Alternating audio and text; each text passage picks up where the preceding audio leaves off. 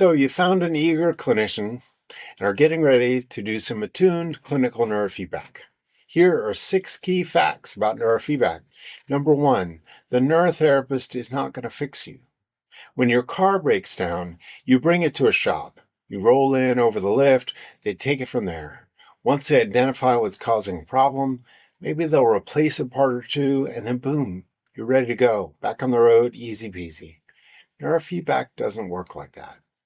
Your brain is constantly learning, and it's an ongoing process, not an event.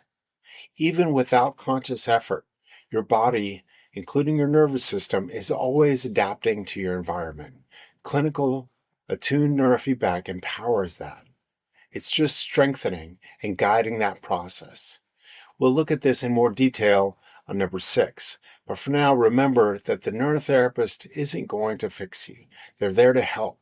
They're there to help you fix yourself, empower you. Okay, so number 1, neurofeedback is about empowerment. Number 2, the wires to your scalp, which are sometimes called electrodes, are actually sensors. They're reading your brain waves. Your body is generating electricity all the time. And with neurofeedback, this electricity is read and reflected back to you. As it happens, we've come to understand a thing or two about the frequencies of your brain waves. More about that shortly. The sensors are pasted onto your scalp with some goop called 1020 paste, and they listen to the brain waves through your skull, the way a stethoscope listens to your heartbeat through your rib cage. So when you go to the doctor and they put that stethoscope on your back, and why is it always so cold, and ask you to take a deep breath, they want to hear your lungs doing their thing. Same with the sensors on your head. No electricity is going into you. In fact, an EEG amplifier has components that force it to be a one-way street, so the signal can actually only go one direction. This isolation, as it's called, protects you, so that even if the computer malfunctions, you won't be hurt. Okay, so the second one is that the sensors are just listening. Third, no one can see what you're thinking. I suppose it may eventually be something to worry about with AI and big data, and people do make some pretty funky claims. But for now, what the sensors are hearing is really a collection of very small signals, changing moment to moment. Like the low tones of the tuba and double bass. Your brain creates more of these when you sleep. You have mid-range sounds made by, say, trumpets and clarinets are generally what your brain creates when you're in an alert and focused state. And then there are the higher frequencies, the higher tones of the violins and mandolins, say.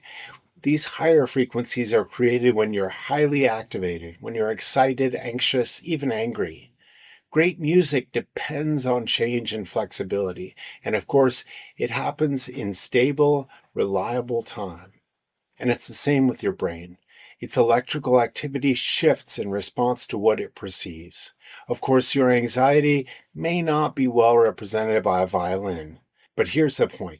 Your brain's electrical activity communicates not so much the content of your thoughts as much as indications about how flexible, how present, how responsive your nervous system is. This is what the neurotherapist is looking for. They're offering you a reflection about how your system is working. For example, for someone who at one point lived with the chronic stress of an abusive environment, their brain may be generating electrical activity as if they were still in that environment. So the therapy and neurofeedback aims to help empower the brain's flexibility. So not only is it impossible for your counselor to see the content of what you're actually thinking, your brain's optimal function and flexibility are finally just more interesting. And fourth, neurofeedback can have surprisingly varied effects. Sessions will probably include a discussion about your goals. How will you know that the work is successful? With each session, the neurotherapist may ask if you've noticed any changes. This can be challenging for new folks. Remember, part of the process is about raising your awareness. These can be things you're either not used to paying attention to or may even have taught yourself to avoid awareness of. Here are some examples of what you may be asked about. How is your ability to focus, your calm, your sleep, your mood, your energy, your daily pain, your reactivity or response to irritating or frustrating situations? How's your appetite, your digestion, and so on? Now remember, this is rarely a one-off miraculous, aha, I'm healed. Attuned clinical neurofeedback is a process. It's really like getting into shape. Sometimes a clinician may ask, has anyone in your family noticed a difference? Something you may not have noticed? Fifth, what if neurofeedback results in uncomfortable feelings? The fifth thing to remember is that if you do have negative effects of neurofeedback, not only are they temporary, better yet, it's a really good sign. It means that you're sensitive to the process of learning made accessible by neurofeedback. It indicates that your brain is responsive to brain training. So that's the silver lining. If you feel uncomfortable as a consequence of your training, like you may feel unusually anxious, you may feel drowsy or disoriented, here's a couple of things I want to note about the effects. If you have strong, unpleasant effects, the clinician can adjust your protocol. Let your neurotherapist know immediately. Send them a text or an email. Let them know that you're having these uncomfortable after effects. And when you next meet, the neurotherapist can change the protocol so you can train back into a more steady state.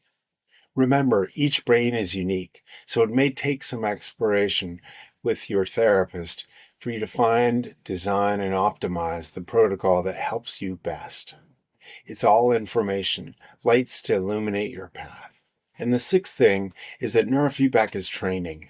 As we talked about first, it isn't like going to your mechanic. It isn't like surgery or medication. It's not a one-off thing. Of course, people do sometimes feel a little better after the first session, and you may too. But if you don't, there's no cause for alarm. If you don't start feeling better right away, your neurotherapist will work with you, adjusting your protocol. Think of it as exercise. Your brain is learning to regulate itself. When I was a kid, the accepted truth about the brain was that at a certain age, zip, that's it. You're stuck with the brain you have. We now know that this static idea of our nervous system is wrong. Your brain is changing all the time. Your brain is physically changing, even as you listen to this video. This is known as neuroplasticity. And what this means is that by working with someone, you can develop greater flexibility, stability, calm, and focus. These changes are the result of neurofeedback and the therapeutic process together. Okay, great. But seriously, how long does it take? Is this something that I just do now forever? Remember, it's training. How long does it take to get into shape? And really, there's something better about brain training. To stay physically in shape, to keep your muscles and heart strong, the athlete or anyone who really values their quality of life needs to get into a rhythm of exercising regularly and then keep doing it.